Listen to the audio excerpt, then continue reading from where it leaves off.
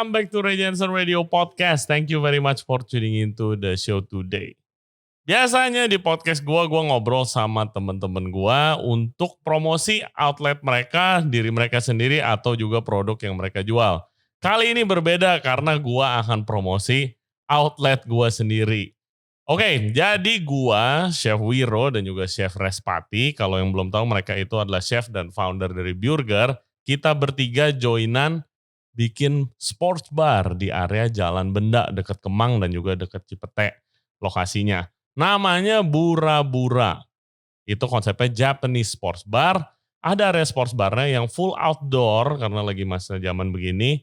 Dan juga ada area speakeasy-nya yang reservation only. Today, gua akan ngobrol bareng dengan head bar gua namanya Andi Prasetya. Pengalamannya cukup luar biasa. Dia pernah kerja di Dubai lama dan juga keliling-keliling di best restoran dan bar di seluruh Jakarta sebelum dia join our team.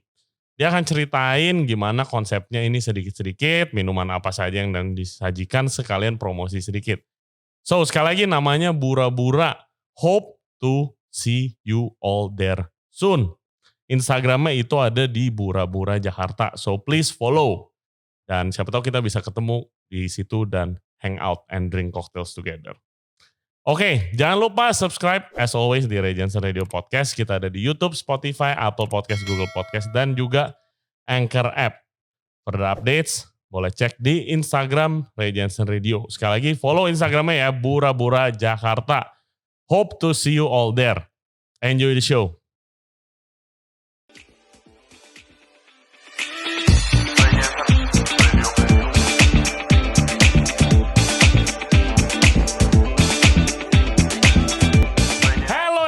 Welcome back to the show. Thank you very much for tuning in. Gua sekarang udah di bar yang namanya Bura-Bura dan kita akan ngobrol sama head barnya Andi Prasetya. Welcome to the show, Di. Halo. Oke, jadi gua mau jelasin dulu ya. Ini full disclosure. Ini adalah bar gua yang punya. Jadi ini adalah bar gua sama kita. Gua itu partneran sama Chef Wiro dan Chef Respati dan juga beberapa teman yang lain. Nah, Andi ini adalah head barnya, jadi operation itu dia yang pegang semua. Kita cuma tahu minum doang, kita nggak tahu bikinnya karena kita tukang masak. Oke, Di, welcome to the show. Halo, Kri. Akhirnya kita bisa ngobrol-ngobrol dari kesibukan opening lu. Bener. Oke. Apa kabar? Alhamdulillah baik. Oke, jadi Di, kan kita kenalannya lumayan cepet nih, karena kita lagi urgent juga mau cepet-cepet buka. Sempet kepotong PPKM. Yeah. Jadi kita coba buka, nggak sempet kenalan dulu seperti biasa. Untuk biasanya jadi leader kan kenalannya lumayan lama tuh kan. Jadi kita kenalan di sini, Di. Lu gimana opening ini? Bagaimana rasanya join tim kita nih? Kebetulan emang tim yang kita rekrut sebagian besar gue udah tahu mereka semua. Harus biasanya itu. Gitu. Ya, so far sih aman. Mungkin ya karena tadi PPKM kita molor-molor sedikit. Sebenarnya sih kita udah dari Desember kemarin ya, udah mau rencana opening. Iya, udah semangat banget, udah mengebu-gebu. Tapi gitu. PPKM ya balik lagi. Mungkin sih di awal bulan depan lah, hopefully udah bisa jalan. Dan yang mundur bukan cuma produknya dan orang-orang di dalam, tapi juga konstruksi kalau PPKM. Jadi guys, kalau misalnya ada suara-suara yang ngetok-ngetok atau ngelas, kita mohon maaf karena ya pengen cepet-cepet buka kita. Jadi gue jelasin dulu dia. Yeah. Konsepnya Bura-Bura ini adalah Japanese vintage sports bar. Jadi konsepnya ada dua bar di dalam satu outlet. Jadi ini kita lagi di dalam. Nah ini itu VIP areanya, reservation only. Nanti kalian bisa follow di Instagramnya di Bura-Bura Jakarta. Dan di area depannya ada full outdoor sports bar di mana kalian bisa nonton your favorite sports lah sambil minum koktail dan bir seperti itu kan. Oke, Di, kita mau mulai dari mana nih? Gue juga pengen banget tahu background lu sebenarnya. Lu nyemplung di dunia bartending bagaimana ceritanya? Apakah sekolah dulu? Enggak, gue nyemplung sebenarnya nggak sengaja deh. Ya, jadi 2004 akhir itu gue lulus SMA. Sebenarnya emang mau berhenti setahun dulu nih. Ngapa-ngapain, mau santai-santai. Planning waktu itu sih sebenarnya sekolah broadcast, mau kuliah gue di Interstudy. Oke. Udah beli formulir segala macam. Sebelum dibalikin formulirnya, itu temen SMA gue, temen satu tempat duduk, ngajakin apply iseng-iseng. Sekarang masih ada sih, Pandor. Oke. Ya. Oke. Dia itu restoran yang kita tahu itu non alkohol, cuman sebenarnya iya kan? Toko kue, bro. Iya. Itu ada alkohol cuman untuk kolega owner lah. Jadi emang kita nggak jual buat umum. Oke. Itu pertama kali gue nyemplung dan di luar dugaan ternyata kepanggil. Gue nggak ada pengalaman apa-apa. 2005 itu kalau gue nggak salah UMR masih 1,1 sekitar segituan. Anjing, zaman dulu segitu ya. Murah banget. Makanya. Gue discuss ke orang tua gue sih open banget. Gue bilang, nih gue dapat tawaran, cuman kayaknya kuliahnya bakal molor nih tahun depan. Oh yaudah nggak apa-apa, yang penting lu tau cari duit dulu aja. Ternyata keterusan. Sampai sekarang. Jadi ya kayak gitu. Tapi di orang tua terbuka dengan open lu sih. Kerja di bar, kan biasa ada stigmanya gitu kan, coy. Adek gue yang paling kecil itu kelahiran tahun 2001, which is baru 20 tahun, 19 tahun. Oke. Sekarang udah jadi junior bartender. Oke. Ngikutin jejak. Nah, terus lu waktu dari tanpa pengalaman apa-apa kerja di bar, gimana? Posisi yang lu dapat apa? Apa barback dulu? Waktu itu HR sebenarnya approach gue di kitchen. Nah, gue sih oke aja, seneng gue. Karena produk di balik layar. Cuman waktu itu entah kenapa, kalau gue nggak salah ingat, salah satu barbacknya itu ada yang resign. Jadi bar jomplang nih. Gue dikasih taunya pas hari masuk, hari pertama. Lu nggak jadi di kitchen ya? Kita masih butuh di bar. Kurang orang segala macam. Oh ya udah. Jadi 3 bulan pertama itu gue nggak boleh megang produk sama sekali. Emang bener-bener prepare. Bahkan teh aja gue nggak boleh bikin. Cuma ngapain? Coba jelasin ke listener nih. Tugasnya barback tuh apa? Gue belajar motong garnish. Dulu masih lemon, wedges, terus lime wedges. Petikin min. Itu yang PR banget sih. Getah di mana-mana. Terus nyuci yang udah pasti, preparean, belajar closing yang baik dan benar. Kalau zaman dulu sih, apa ya, natarnya lumayan keras. Apanya? Ditatarnya lumayan keras barback. Jadi gue sempat ngerasain, itu 2006-2007, gue sempat ngerasain yang namanya preparean kurang rapi, masih ada air, itu gue sampai disambit-sambit sama shaker. Gue kapok sih, maksudnya. Sama shaker ini. Iya, disambit sama shaker, masih kotor nih. Dilemparin lagi apa namanya? Simple sirup, itu kan PR tuh ininya lagi tuh. Diginin simple sirup. Masih kotor nih, kotorin. Dikotor lagi, aduh. Ya itu makanya secara nggak langsung belajar sih. Gue nggak mau nih besok digituin lagi. Jadi ya latih disiplin. Nah, tapi itu kan Pandor yang ya gue nggak tahu barnya apakah rame di sana.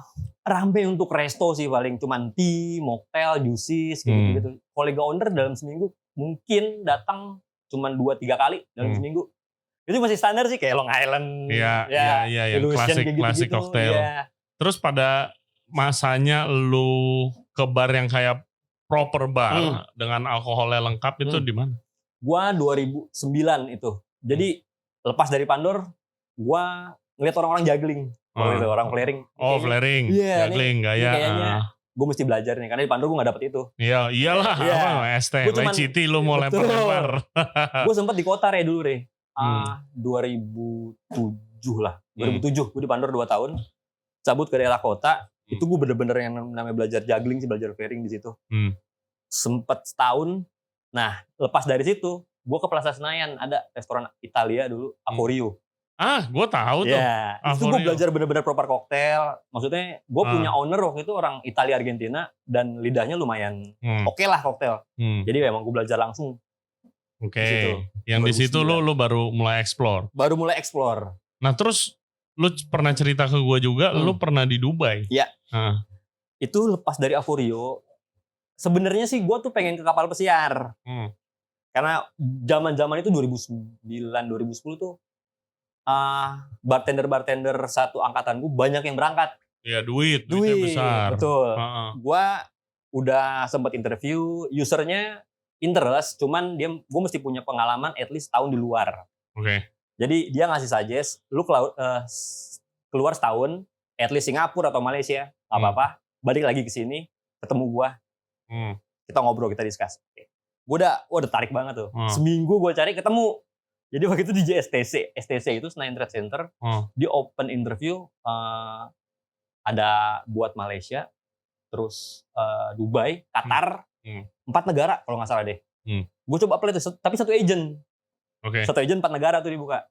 Nah gue di luar dugaan lolos gue ke Dubai. Tinggal interview sama user. Gue emang bener-bener gue setahun balik ke sini, apply ke kapal udah, that's it. Di mana Dubainya dapetnya? Gue pertama itu Hotel Armani, Burj Khalifa. Burj Khalifa. Wow, Burj Khalifa. Burj Khalifa. My God, itu one of the best hotel in the world. Betul. Kalau banyak yang ngomong sih itu bintang 7. Iya. Emang ya. Sebenarnya bintangnya 7 bukan 5, tapi karena di hotel internasional standarnya cuma 5. Ya, jadi emang 5. Si Giorgio Armani-nya nggak mau ngelabelin bintang di hotel itu. Jadi ya. Lu di restoran yang mana ya, men? Gua sempet di restoran Itali. Itu yang ada underwater-nya juga bukan? Underwater itu Burj Al Arab beda. Oh beda ya? Beda. Oke. Ini yang gedung tertinggi itu. Iya, yang gedungnya kayak kapal layar kan? Iya. Oh enggak, itu Burj Al Arab. Loh enggak dong, itu Burj Khalifa. Burj Khalifa yang ngerucut ke atas. Iya, itu ngerucut ke atas. Yang ngerucut. Nah itu lu di restoran? Restoran Itali namanya Ristorante. Oke. Dia punya, kalau gua nggak salah ada 7 restoran di dalam satu klub. Wow. Nah itu orang Indonesia saat itu ngincer di klubnya. Oke. Karena emang dari tips sama dari uang servis ya pasti ya kan, lebih dari gaji. Cuman setelah gue selidikin, queuing banget yang ngantri ke sana. Yang mau ke situ tuh banyak banget. Jadi mesti ngantri. Ya, so far gue dapet di restoran Itali, which is belajar tentang wine sedikit-sedikit. Iya, terus, beda. Ada plus poinnya juga lu kerja di restoran. Terus, kan? Yang emang bener-bener proper koktel ya di sana.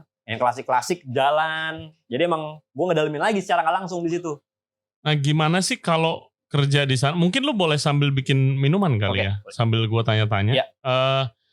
Di sana apakah kan banyak orang nih listener kita yang masih muda-muda nih. Oke, mungkin mau ke Dubai, mau ke Qatar. Gue juga banyak di DM kayak, wah Kak, maksudnya kalau nggak pandemi gue udah berangkat nih, gitu kan. Apakah emang di sana itu nyari duit doang atau bisa dapat ilmunya juga? Karena alasan utama kan duit kan kalau di sana. Balik lagi sih, Rey.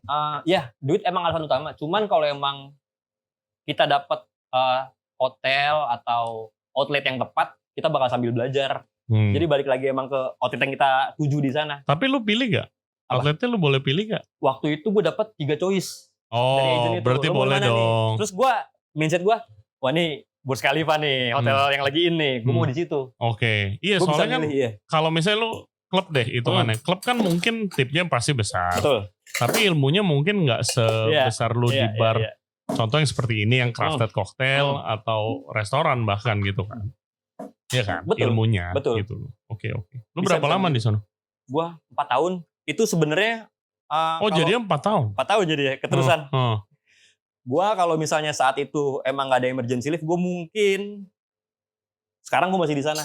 Emergency leave? Jadi waktu itu emang kebetulan bokap meninggal, terus nyokap sendirian, adik gue masih kecil-kecil, gue nggak bisa ninggalin nyokap lah. Jadi emang gue waktu itu cuma cuti doang, ngambil cuti sebulan 2 bulan, balik sini sampai nyokap udah rada bisa ditinggal, baru gue balik lagi. Sebenarnya sih gue masih betah banget di sana. Karena emang ya gue tinggal bawa badan doang. Jadi emang belajar disiplin. Tiap hari dijemput sama ada jemputannya kan? Ya, ada jemputan, ada bis. Telat 5 menit udah ditinggal. Jadi belajar disiplin gue. Gue sempet yang namanya pertama-tama di sana, jemputan itu kan datang per 15 apa setengah jam gitu. Gue telat 10 menit. Itu udah gak ada. Terus gue nunggu bis selanjutnya itu lumayan lama. Gue udah telat nih. Itu sempet gue dalam seminggu 4-5 kali naik taksi gue ngejar gue boncos di taksi. Biasa orang Indo mepet.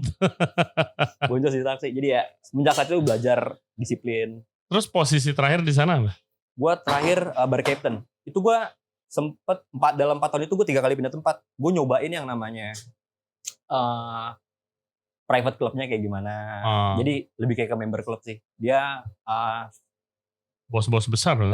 Jadi emang setiap hari itu tidak ada transaksi cash dan non cash. Jadi emang mesti bayar member dulu. Member per tahun atau per bulan. Nanti dicas di akhir bulan. Jadi kita nggak megang duit sama sekali. Keren itu gue ngerasain sih. Tapi tip gede dong situ. Tip lumayan. Gila men di situ. Private club ya? Private club. Terus sempat ngerasain yang namanya di restoran. Bener-bener restoran yang makan. Terus koktailnya jalan, sempat ngerasain. Oke. Nah ini lu lagi bikin apa nih? Ini, by the way nih.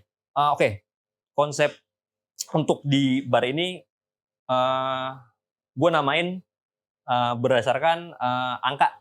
1, 2, 3, 4, 5, 6. Oke, yang Japanese name kan? Yes. Ichi, Ni, San, bla bla bla ya. 1, 2, 3, 4 guys, ya kan?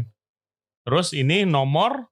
Ini yang nomor 2. Nomor 2, Ni berarti? Betul. Which is bahannya apa aja? Boleh diceritain? Gua pakai mezcal, terus ada pineapple nectar, ada lemon juice, chili liquor, terus mezcalnya gue infuse sama si kafir daun jeruk, kafir lime leaf, sama cabai. Oke, hajar. Nah ini kan kalau sekarang nih kan dunia bartending atau bilangnya mixologi, sekarang kan udah mulai main kayak bukan yang biasanya dipakai doang nih. Mulai ada bahan-bahan segar. Sirup, ini lu pakai kafiran lip. Sirup kita bikin sendiri semua. Betul, kan? Betul. Lu insist buat bikin sendiri. Gue kaget guys. Gue kayak, lu yakin mau bikin sendiri semuanya? Ya ternyata sekarang hampir semua standarnya udah seperti itulah. Yeah. Lu bikin sendiri, infuse sendiri, herbs, buah-buahan, ya kan, bahkan sampai cabai. Yeah. Gitu loh. Zaman dulu mana ada 5 tahun lalu lu serve ada chili cocktail. Ya kan. Mulai tren ini tuh dari mana sih? Kalau gua nggak salah ingat itu 2014 gue balik ke sini, itu udah mulai tipis-tipis tuh. Jakarta udah mulai Union Group waktu itu, Bang Kiki udah mulai. Sudah pasti awalnya dari situ semuanya. Udah mulai naik. Terus gua karena saat itu gua ngerasa apa ya? Ini gua udah kecapean kerja di Dubai, balik ke Jakarta, gua nggak langsung kerja di bar lagi, Re. Jadi emang waktu itu sempat dapat tawaran buat kerja di brand. Oke. Oh iya, biasanya begitu. Gue dapat kerja di brand. Gue coba. Ini apa? Sorry. Ini chili tincture.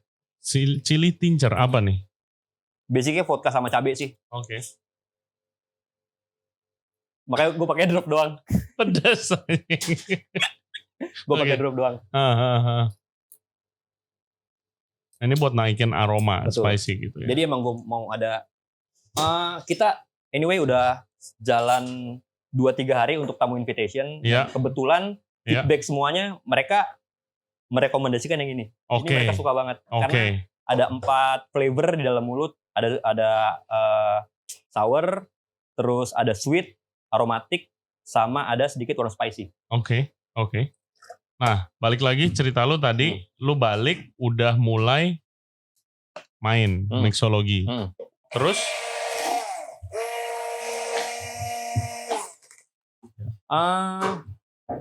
saat itu gue karena ngerasa udah capek kerja, terus lu kerja di brand. Iya, gue melipir sebentar deh. Gue pengen tahu nih, karena gue buta sama sekali brand di sini nih, cara kerjanya gimana. Sedangkan saat itu, kalau gue nggak salah ada 1-2 brand yang udah mulai aktivasi gila-gilaan di sini. Dan gue nggak tahu cara kerjanya gimana. Akhirnya gue memutuskan lah untuk cabut ke brand itu. Ngebedah nih dalamnya kayak gimana sih? Karena suatu-suatu gue balik ke bar itu bakal sangat ngebantu kan. Iya. Gue jalan sekitar 2 tahun di brand itu, lumayan dapet cara ngebedahnya gimana. Jadi sekarang dari brand yang mau tipu-tipu udah tidak bisa. Saya betul. tahu. Bagus sekali. Kayak gitu. Iya, tapi kan emang bar itu kan sangat penting kolaborasi sama brand. Betul. Kerja sama. Betul. Gitu, jangan kerja sama yang satu arah doang nih gitu kan. Nah terus biasanya bartender itu kan di Jakarta yang gue lihat at least teman-teman gue mayoritas itu lu udah jadi senior bartender nih, mulai ada nama sedikit, ada brand yang masuk untuk jadi brand ambassador, untuk jadi apalah gitu, principal level whatever. Nah udah tuh malas operation lagi biasa kan, yang kayak udah gitu terus badannya jadi gendut-gendut gitu. Gue udah kebaca lah semuanya lah kan. Gak lama ketemu 3 tahun, gila lu gendut banget. Ya gue udah di brand ini bro gitu biasanya. Udah hidup enak. Nah kalau lu kenapa decide untuk balik lagi ke operation? Karena setelah gue tinggal 2 tahun 3 tahun itu pesat banget. Tadinya gue pikir bakal mungkin 4-5 tahun bakal naik. Ternyata lebih cepat dari itu. Brand-brand setelah Union Group, luar Union Group lah ya, udah mulai bermunculan satu-satu, udah mulai naik namanya. Iya. Grupnya Bauhaus, In the Sky segala macam. Siap Group tuh udah mana-mana. Terus gue ada Gue balik lagi apa ya? Gitu. Kangen itunya. Kangen itu. Serunya. Anak-anak udah mulai ini nih. Oke, nah ini waktu testing, ya ini NI ya guys, namanya NI nomor 2. Nah ini waktu testing yang kita paling amazed itu ada ininya, edible paper. Edible paper. Ini apa? Oke, itu bahan dasarnya dari icing sih. Icing? Ya, jadi sebenarnya nggak berasa manis, sedikit plain. Oke. Cuman ada bau-bau vanila. Bau-bau vanila. Oke, kita sikat ya. Sikat. Oh. Iya, makanya gue berkali-kali nanya Andi guys, ini beneran kan bisa dimakan nih. Oke. Nah ini yang base Kaffir Lime. Yes, mezcal Kaffir Lime. Inspirasinya dari mana, Di? Gua suka banget margarita. Ya, gue suka banget margarita. Cuman gue mikir, ini kan sekarang margarita udah jarang nih order nih. Udah kebanyakan sekarang Negroni, Old Fashion. Jarang sih. Dulu ada zamannya di mana semua orang belum ada Old Fashion dan Negroni. Bener. Itu koktail pertama, orderan pertama yang gue dapet di Pandor dari salah satu kolega owner. Gue bikin dan gue suka. Jadi, gue twist dikit. Iya, dulu gue ingat lu ngomong gitu, dulu restoran-restoran tuh ada Margarita Night. Betul. Yang sampai di picture gitu kan. Ya sekarang mah kalau begitu kayak udah jadulnya setengah mati. Bener. Oke. Enak sih. Nah ini kan Japanese bar. Waktu itu kan sistemnya kita kenalan, lu masuk, oke ya udah berkarya lah. Ya kan, lu desain ini dari segi flavornya tuh kayak gimana? Menu ini nih. Gua mungkin dari semua menu yang ada di sini, satu benang merah lah ya. Itu ada unsur Japanese ya. Either itu dari spiritnya atau dari ingredient. Kalau dari ingredient, gue ngerasa rada segmented nih, Jepang nih. Iya. Nggak semua orang bisa masuk. Jadi ingredient tetap gue ada yang mainin lokal, ataupun yang sedikit orang udah familiar, cuman mungkin bukan dimakan kayak daun jeruk ini. Orang kebanyakan kan di makanan nih. Iya. Coba gua adopsi di minuman, cuman tetap ada benang merah nih. Gua pakai yuzu. Yuzu kan Jepang banget tuh. Iya. Gua pakai yuzu, jadi setiap koktail ada benang merah Jepangnya. Kalau koktail signature kayak begini, itu tetap dicari orang nggak sih? Jadi kan kayak kita nih, kita kan akan offer juga yang klasik juga. Betul. Kan, yang orang biasa. Kalau lu mau kesini mau pesan Old Fashion, Negroni, ya dibikinin sama Andi. Lu mau pesan Martini ya dibikinin gitu. Tapi kita pengennya kalian kan explore new flavor. Tapi kalau di luar sana market lu lihat gimana? Apakah mereka cuma sekali 2 kali karena penasaran atau terus balik lagi apa gimana? Market Jakarta sebenarnya tuh market ikut-ikutan sih. Gue sampai sekarang masih percaya itu. Gue juga percaya itu, tapi waktu gue ngomong anjing haternya banyak banget. Iya, market ikut-ikutan. Jadi nilai plusnya nanti bakal dari mulut ke mulut. Mungkin 1-2 orang, gue udah berjalan invitation 3 hari total ya, 3 harian. Feedbacknya bagus-bagus. Terus emang dari pertama datang mereka nyari signature. Oke, signature sini apa aja? Gue suka yang bold segala macam gini.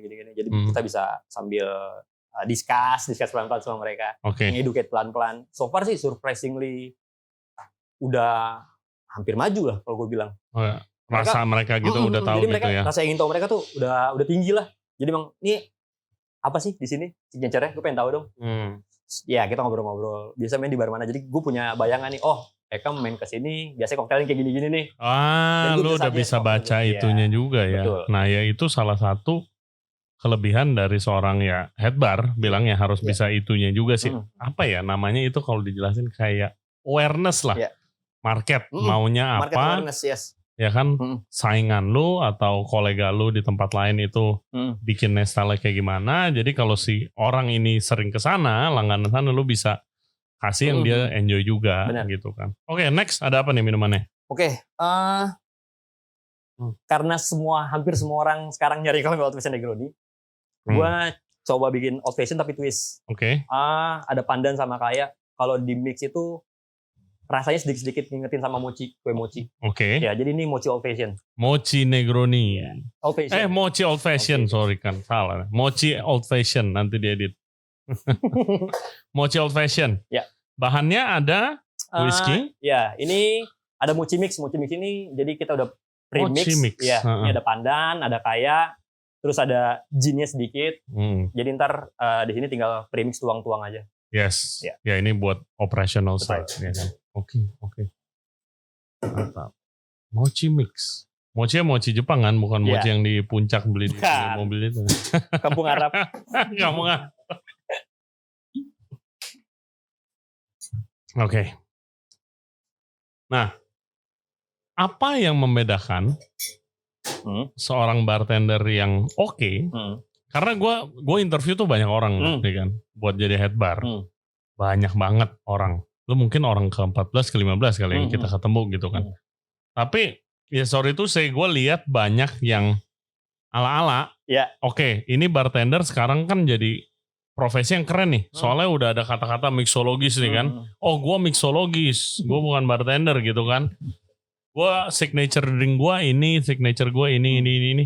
Tapi gue somehow, karena kan gue sama partner-partner udah lama di operation kan. Kayak nih orang bisa handle gak nih operation. Karena kita bukan ini doang. Benar. Kita ada bar, sports bar normalnya gitu kan. Dan kalau yang kalian tahu dan lu tahu juga pasti money makingnya di sebelah sono. Bener. Gitu kan. Bener. Iya kan. Kalau ini kan it's a cool way to introduce our brand. Betul. Gitu kan. Tapi kalau idealis ala-ala lah ya di sini. Betul dan penting. Dan penting biar kreativitas jalan terus. Tapi kalau money makingnya itu ya orang nanti minum sangria, minum itu di sana. Gitu kan. Oke, di next cocktail apa nih? Ini Mochi Old Fashion. Karena tadi bukan gua sih. Kebanyakan market sekarang kan nyari Old Fashion nih. Nah, kalau nggak Old Fashion, Negroni. Di twistnya, betul. Ini Mochi Old Fashion. Jadi Old Fashion twist, ada pandan, ada kaya. Lu bakal ngerasain kayak kue mochi. Oke, mantap. Nah, sambil gue mau nanya. Gue kan interview banyak orang nih. Lo itu mungkin orang ke-14, ke-15. Waktu kita lagi nyari head bar. Biasa paling susah kan nyari leader. Nah, gue liatnya, karena sekarang udah bilangnya I'm a mixologist, ya kan, dikasih stage, kerja di speakeasy, bar keren, craft beer. Banyak yang gue kayak, oke, ini begitu lu handle bar yang bener-bener bar, itu bisa gak? Gitu loh. Maksud gue bener-bener bar, bukan speakeasy, bukan bar ya, tapi kayak kita kan ada dua konsep. Depan ada sports bar, yang hopefully akan rame, orang minumnya sangria, ngebir, dan highball, yang easy to drink, yang simple. Which itu bakal rame, bukan di sini. Di sini kita 4-7 orang doang, maksimum gitu kan. Nah, yang gue mau tanya, biasanya nih, lu sering nemuin nggak bartender masa kini nih, yang emang bikin minumannya jago, tapi begitu ditaruh di operation, kalang kabut, ya. Nah itu dia, gue sempet sharing-sharing. Kalau lu tau Fadli itu salah satu gue bilang legendnya Indo deh. Dia lama kerja di luar, terus baru setahun terakhir balik ke Jakarta, ke Indo. Gue sempet kerja bareng di Kaspar kemarin. Itu dia mengeluhkan hal yang sama nih.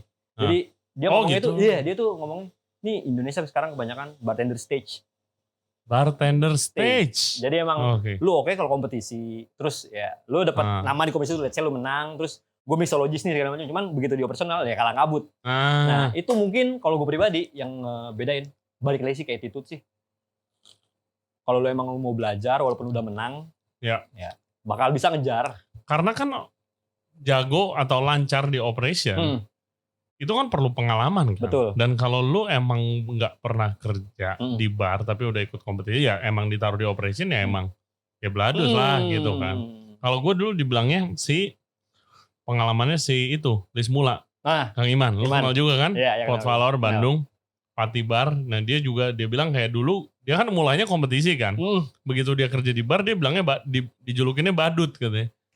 Katanya dulu bikin minuman keren, tapi di bar kalang kabut. Ya karena kita nggak bisa expect nih tamu sekali order berapa, terus datang gimana. Terus ada di luar di luar teknis yang mesti kita handle. Itu kan ada kayak gitu-gitu tuh. Oh iya dong. Sambil berjalan sih. Iya. Dan ini enak loh, jauh lebih enak daripada yang kemarin kita coba pertama. Thank you. Yang ini, testing ya kemarin. Iya. Lu tambahin ini. Sisame, iya. Lebih kayak mochi. Iya. Karena mochi kebanyakan ada ininya. Betul. Nice man. Nice man. Ini inspirasinya dari mana? Gua itu old fashion. Gue nyari sesuatu nih. Kalau orang Indo nih, ada yang kekeh pasti dia datang. Kita nggak bisa expect dia order signature kita langsung kan? Iya. Pasti ada koktail yang dia suka nih. Kayak gua. Betul. Gua paling jarang. Oke, signature-nya apa? Iya. Old fashion Negroni. Betul. Old fashion Negroni. Terus apalagi palingnya Margarita, gue jarang lah kayak gitu. Yang udah pasti sering tuh old fashion Negroni. Makanya gue mikir, nih gimana bisa suggest nih orang dari koktail yang dia suka, kita suggest ke signature. Oke. Jadi inspirasi lah ini. Terus ya mochi kan Jepang banget tuh. Itu balik lagi tuh mesti ada unsur-unsur Jepangnya. Dan ini nggak kayak bukan old fashion gitu loh. Oke, langsung gue bikin yang ketiga ya, Re. Yes, please. Gue ini inspirasinya Bloody Mary. Oke. Ini favorit gua. Ini orang Indo susah sih kalau gue bilang. Biasa kan minuman buat brunch nih. Ini so far yang bikin enak itu Panca sama Cocktail Club. Itu dua tuh. Oke. Gua setuju banget sih. Gue setuju banget. Their cocktail is awesome. Yes. Ini makanya gue coba twist, gue clarify tomatnya. Ada savory. Basicnya dari Roku. Oke. Bujin. Namanya ini kalau mau pesen guys, Roku. Ini 6 karena Roku itu artinya 6. Oke, ini minuman favorit gua. Namanya Roku. Nah, ini apa aja bahannya? Ada Japanese gin itu Roku. Gue pakai curry leaf. Terus ada lemon juice. Ini ada tomato clarified sama dashi water. Jadi savory. Yes. Waktu itu lu sempat cobain yang klaim ya, gue pakai klaim ya. Yes, waktu itu Andi pakai klaim juice. Jadi bisa diskusi lah karena ini kan ya tadi gue bilang kayak sup dingin kan. Betul. Jadi gue tahu-tahu dikit. Iya kan. Kalau udah yang urusan mochi old fashion gini mah cuma tahu minumnya doang. Oke, nah itu apa? Gue coba dulu. Oke. Ini yang cabai tadi. Nah, ini cabai. Oke. Ini lu bilang apa? Salt tincture. Iya, salt tincture. Tincture itu apa sih? Basically ekstrak sih. Cuman gue pakai alkohol. Oke. Vodka. Kayak ekstrak tapi ada alkoholnya untuk nambahin rasa seasoning. Betul. Seasoning cocktail. Oke.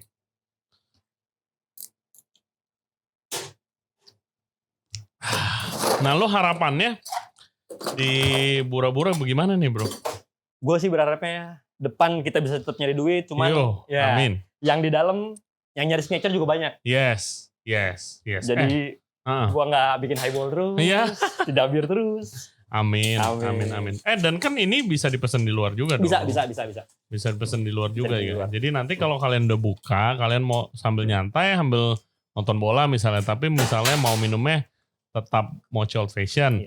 Tinggal bilang aja ke Andi, nanti Andi yang Andi bikinin pesannya di luar. Betul. Seperti itu. Nah, apa yang lo harapkan dari Bura-Bura nih? Gue sih berharapnya di depan tempat kita cari cuan tetap jalan. Amin. Di dalam juga orang yang nyari signature juga banyak. Feeling lu gimana, Dik? So far sih gue pede. Bakal banyak yang nyari signature. Mudah-mudahan. Amin. Yes guys, jadi again kita ada dua konsep. Depan sports bar, dalam lebih apa ya? Lebih bilangnya apa nih? Crafted cocktail lah ya. Ya, intimate bar cocktail boleh. Yes, intimate bar cocktail, dan nanti bukan berarti koktail-koktail yang di sini itu nggak bisa dipesan di luar. Yes. Bisa dipesan di luar, tinggal pesan aja langsung. Oke. Nice. Roku. Kita kapan rencana buka, Di? Rencana buka mungkin di pertengahan Februari sambil menunggu konstruktif di depan jadi kita buka barengan. So far sih tamu udah lumayan banyak yang gedor-gedor untuk kapan buka nih. Yes. Sabar ya guys. Bertahap lah. Oke. Mantap. Dan mungkin closing. Lu boleh kasih advice buat listener kita, bartender muda. Untuk supaya bisa lebih baik lagi mungkin. Lihat ke situ, Bro. Oke. Apa ya advice gue ya? Gue sih selalu percaya skill itu bisa diasah dengan seiringnya waktu, cuman attitude sih. Jadi bartender with attitude itu penting. With attitude. Yes. With a good attitude. Ya itu betul. Dan kalau gue boleh nambahin, pelajarin basicnya juga guys. Karena itu yang fondasi buat signature cocktail. Yes. Betul. Dan kalau lu tahu basicnya, lu bisa ngejualannya gampang. Bener. Karena kalau signature kan lu harus jual kan. Bener. Lu nggak bisa orang, lu cobain dong koktail gua pakai daun jeruk gitu. Orang mana, kenapa? Why gitu kan. Kenapa gue mesti nyobain? Iya, tapi kalau lu ceritain gimana filosofi lu ininya gitu kan. Gimana sih lu dapat kepedean ini untuk ngomong sama tamu? Kita dapat banyak review kan dari tester-tester, bartendernya asik. Kenapa ya? Itu tadi gue nyari teman-teman kerja di bar yang apa ya? Selain udah gue kenal, gue tahu attitude nomor 1. Jadi selain gampang diarahinnya, gampang untuk belajar merekanya, jadi ya itu sih poin utamanya. Jadi ketamunya juga bakal gampang engagementnya. Oke. Well, Di, thank you banget. Thank you, Ray. Thank you, bro. Minuman lo ya of course enak-enak. Thank you. Ini masih yang gua favorit. Thank you. Roku. Yes.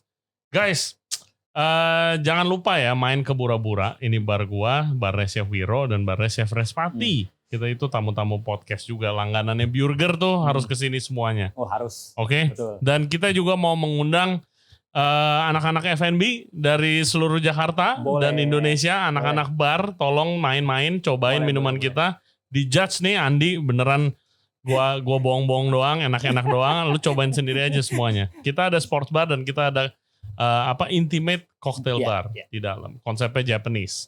Oke, follow Instagramnya di Bura-Bura Jakarta. Bura-Bura Jakarta. Oke, kalau kalian kenal Andi, mungkin kalian lucky enough untuk diundang duluan ke sini. Jadi tanya Andi DM kalau mau nyobain di sini.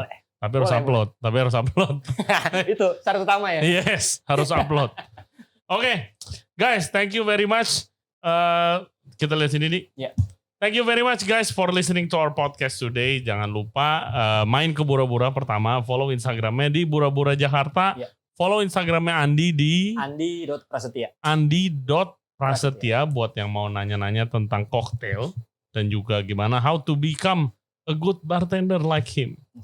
Yes. Oke, jangan lupa subscribe di Ray Jensen Radio Podcast. Kita ada di YouTube channel. Kita juga ada di Spotify, Apple Podcast, Google Podcast, dan Anchor App. For further updates, check out di Instagram kita di Ray Jensen Radio. Alright, come to Bura-Bura. Stay safe, stay healthy. We'll see you next time. Bye-bye. Okay. Thank you. Thank you. Cheers, man.